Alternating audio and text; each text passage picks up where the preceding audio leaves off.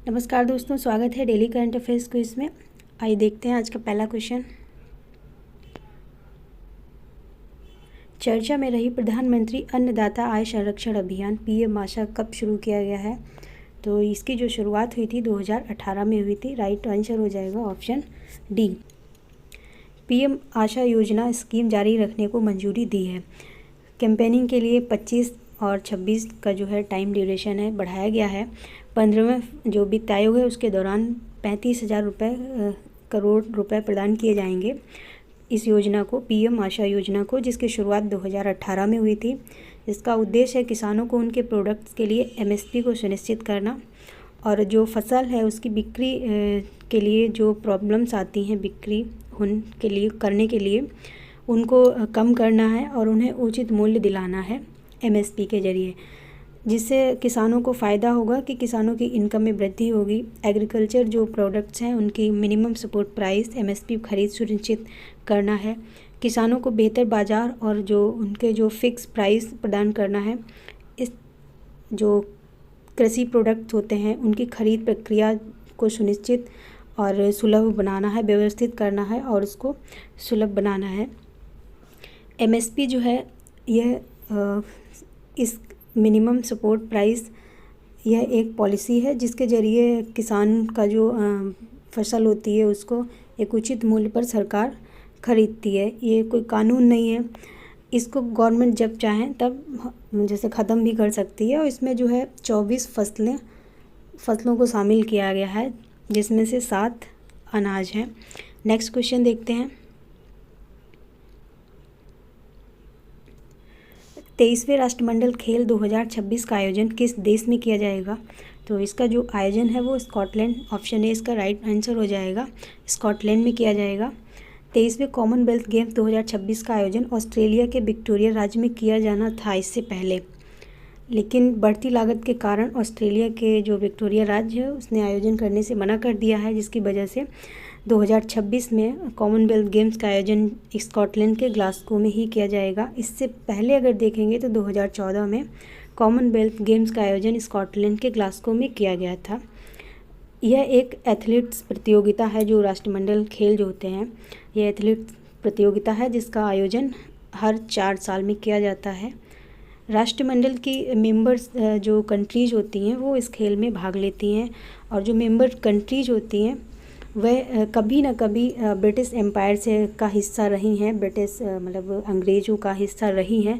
वही देश हैं जो अब क्या है वर्तमान में इंडिपेंडेंट नेशन बन चुके हैं, जिसकी शुरुआत 1930 कनाडा के हैमिल्टन में हुई थी और स्टार्टिंग में इसका क्या नाम था, ब्रिटिश एम्पायर गेम्स के नाम से इसकी शुरुआत की गई थी। बाद में 1950 के बाद इसका नाम बदलकर राष्ट्रमंडल खेल कर दिया गया है। भारत में जो इसका आयोजन हुआ था वह 2010 में हुआ है, नई दिल्ली में किया गया था। 22वें राष्ट्रमंडल खेल का आयोजन बर्मिंघम इंग्लैंड में हुआ है। 28 जुलाई से 8 अगस्त 2022 तक इस खेल का आयोजन चला था। अगला क्वेश्चन देखते हैं। टाइम्स टेबल ने किस यूनेस्को स्थल को एशिया में सर्वाधिक फोटोजेनिक यूनेस्को स्थल घोषित किया है? तो इसका राइट आंसर होगा ऑप्शन ए, अंगकोर वाट को फोटोजेनिक यूनेस्को स्थल घोषित किया गया है एशिया का। हाल ही में टाइम्स टेबल ने एशिया के फोटोजेनिक यूनेस्को साइट की अनाउंसमेंट की है, जिसमें कंबोडिया में स्थित अंगकोर वाट को एशिया में सबसे अधिक फोटोजेनिक यूनेस्को साइट घोषित किया गया है। इसके अकॉर्डिंग जो है ये वर्ल्ड में टॉप नंबर पे है। तो यूनेस्को विश्व धरोहर स्थल देख लेते हैं। फर्स्ट नंबर पे अंगकोर वाट है जिसको अभी शामिल किया गया है। सेकंड नंबर पे है ताजमहल, भारत में स्थित है। तीसरा है हम्पी, भारत का है। चीन की महान दीवार, ये चाइना में है। नंबर 5 है नंबर 10 है फिलीपींस कॉर्डिलेरास, ये कहाँ पे स्थित है? ये फिलीपींस में स्थित है। अंगकोर वाट ये जो है स्थित है कंबोडिया में, जिसका निर्माण 12वीं सेंचुरी की शुरुआत में हुआ था और ये वर्ल्ड का सबसे बड़ा जो है धार्मिक स्थल है। भगवान विष्णु जी को ये समर्पित है। बाद में इसको जो है बुद्धिस्ट साइट्स बन गया है ये अब। 1992 में अंगकोर वाट को यूनेस्को की वर्ल्ड हेरिटेज साइट घोषित किया गया था। ये 1992 में इसको शामिल किया गया है। अगला क्वेश्चन देखते हैं। तेजस लड़ाकू विमान उड़ाने वाली पहली महिला पायलट कौन बनी है? तो ये फ्लाइट लेफ्टिनेंट मोहना सिंह हैं। ऑप्शन ए इसका राइट आंसर हो जाएगा। ये अभी जो है राजस्थान में एयरफोर्स एक्सरसाइज तरंग शक्ति के दौरान जो है इन्होंने ये कारनामा किया था। मोहना सिंह आईएएफ के तेजस फाइटर स्क्वाड्रन को उड़ाने वाली भारत की पहली महिला पायलट बन गई हैं।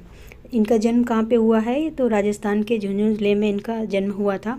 इससे पहले देखेंगे तो 2016 में पहली बार 3 महिलाओं को फाइटर पायलट्स उड़ाने में मतलब शामिल किया गया था। उन 3 महिलाओं का क्या नाम है? नंबर फर्स्ट देखेंगे अवनी चतुर्वेदी, सेकंड है भावना कांत और थर्ड है मोहना सिंह। ये जो है इन तीनों फाइटर्स पायलट्स को 2020 में नारी शक्ति पुरस्कार से सम्मानित किया गया था। और फरवरी 2018 में देखेंगे तो अवनी चतुर्वेदी ने MiG-21 बाइसन उड़ा करके जो फाइटर एयरक्राफ्ट है उड़ाने वाली ये भारतीय पहली महिला बनी थी। तेजस एक Microsoft supersonic multiple supersonic fighter aircraft है जिसे भारत की एक कंपनी है हिंदुस्तान एरोनॉटिक्स लिमिटेड हॉल के द्वारा विकसित किया गया। पूर्ण रूप से स्वदेशी है। अगला क्वेश्चन देखेंगे, हो भाषा का संबंध किस आदिवासी समुदाय से है? तो इसका जो हो भाषा का संबंध किस आदिवासी समुदाय से है? हो समुदाय, मुंडा समुदाय, कोल समुदाय। तो जो इसका राइट आंसर होगा वो है ऑप्शन डी, उपयुक्त सभी। हो भाषा जो है अभी इसको 8वीं अनुसूची में सम्मिलित करने की मांग चल रही है, इसलिए ये चर्चा में बनी हुई है। इसकी जो लिपि है बारंग छिती इसकी लिपि है। ये भाषा उड़ीसा, झारखंड, बिहार, छत्तीसगढ़, पश्चिम बंगाल,